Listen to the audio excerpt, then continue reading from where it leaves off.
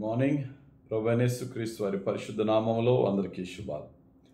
ఈరోజు మన అనుదిన ఆత్మీయ ఆహారంగా ఆది కాండం నుండి 27వ అధ్యాయము 40వ వచనంలో మరి ఏసావు పొందిన శాపంలో ఒక మాట గురించి ధ్యానించుకుందాం.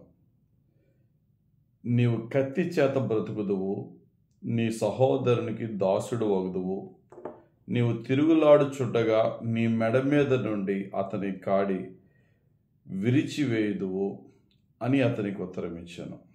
ఈ మాటలు యాకోబు ఏసావు యొక్క తండ్రి అయినటువంటి ఇస్సాకు చెప్తున్న మాటలు. యాకోబుకి మొత్తం దీవెనలన్నీ వెళ్ళిపోని ఏసావుకి ఇస్తానన్న దీవెనలు యాకోబు దొంగిలించి తీసుకుపోయాడు.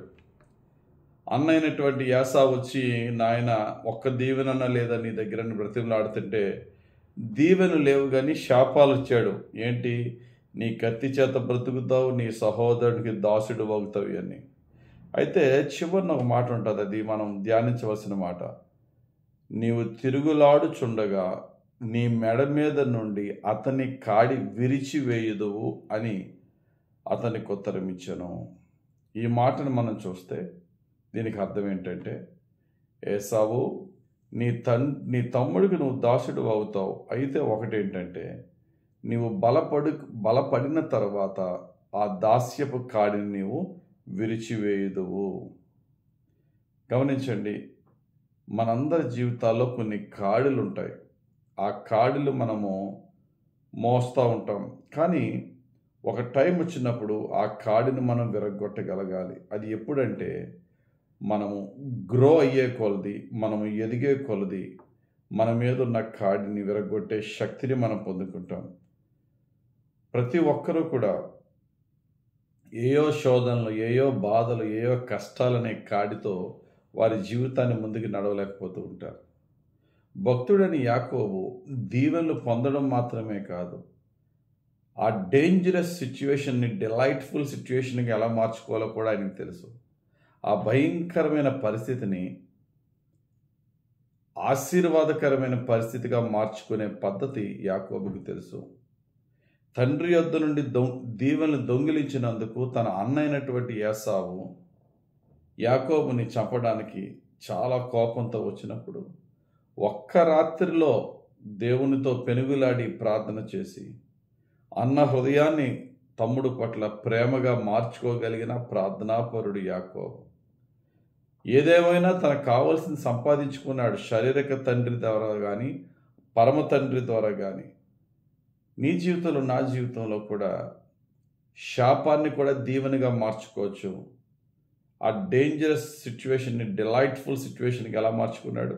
ఏ మెడ మీద కత్తేసి నరుగుదామని వచ్చాడు అన్నయ్య, అదే మెడ మీద పడి ముద్దు పెట్టుకుని కౌగిలించుకున్నాడు. ఒక రాత్రి యాకోబు చేసిన ప్రార్థన.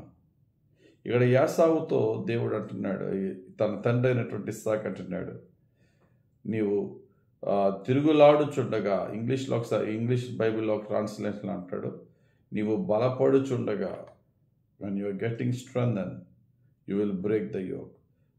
నువ్వు బలము పొందిన తర్వాత ఆ కాడి విరిగిపోద్ది అనే మాట. ఈ రోజున మనం ఎన్నో రోజుల నుంచి కొన్ని కాడులు మోస్తూ ఉంటున్నాము, కానీ ఆ కాడి పోవట్లేదంటే ఇంకా మనం బలం పొందట్లేదు. అది శారీరకంగా కానీ, ఆర్థికంగా కానీ, ఆధ్యాత్మికంగా కానీ. బైబిల్ చెప్తుంది, అనాయింటింగ్ బ్రేక్స్ ద యోక్ అంటున్నాడు. యెషయా గ్రంథం 10వ అధ్యాయం 27వ వచనంలో, నీవు బలిసినందున, చూడండి ఆ మాట చదువుదాం. యెషయా గ్రంథం 10:27, ఆ దినమున నీ భుజము మీద నుండి అతని బరువు తీసివేయబడును, నీ మెడ మీద నుండి అతని కాడి కొట్టివేయబడును, నీవు బలిసినందున ఆ కాడి విరగొట్టబడును. ఇక్కడ బలిసినందున రెండు మీనింగ్స్. ఒకటి, అభిషేకింపబడినందున. రెండు, నీవు బలము పొందినందున. మనకు ఆత్మీయమైనటువంటి బలము కావాలా, శరీర బలము కావాలి, ఆర్థిక బలము కావాలి. ఏం చేయాలి?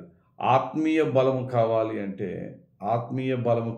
అంటే ఏసావులాగా దేవుని దగ్గర పెనుగులాడినప్పుడు దేవుడు ఆత్మీయ బలాన్ని ఇస్తాడు. యాకోబు పెనుగులాడాడు దేవుని దగ్గర, బలం పొందుకుని తన అన్నయ్య ఏసావుని తప్పించుకున్నాడు. ఆత్మీయ బలం. ఆర్థిక బలము కావాలంటే యాకోబులాగా 20 సంవత్సరాలు కష్టపడ్డాడు, తన భార్యలను తన ఆస్తిని సంపాదించుకున్నాడు. యాకోబు దీవెనలు దొంగిలించి ఆశీర్వదింపబడిపోలేదేమి. యాకోబు దీవెనలు దొంగిలించడమే కాదు, దానికి తగ్గట్టుగా అతడు మరలా దేవుని దయను పొందుకోవడానికి ఎంతో శ్రమ పడ్డాడు, ఎంతో ప్రార్థన చేశాడు. నీ జీవితంలో, నా జీవితంలో శాపాలుగా ఉన్న కాళ్ళు పోవాలా, దేవునికి ప్రీతికరంగా మారి ఆత్మీయంగా ప్రార్థనలో బలపడి ఆత్మ సంబంధమైన బలం పొందుకుందాం.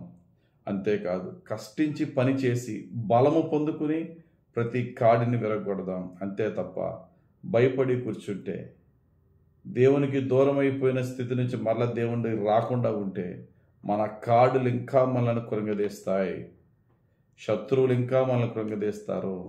ప్రతి ఒక్కరూ కూడా మన నెత్తి మీద కూర్చుని మనల్ని పాలించడానికి ట్రై చేస్తారు.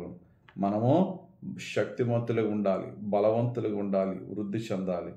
కాబట్టి దేవుని దగ్గర అడుగుదాం, ప్రభువా ఎన్నో బాధల్లో ఉన్నాను, ఎంతోమంది వారి యొక్క అధికారాలు నా మీద మరి వారి యొక్క అధికార బలంతో నన్ను ఏళ్తున్నారు, నా మీద రకరకాల కాడులు పెడుతున్నారు.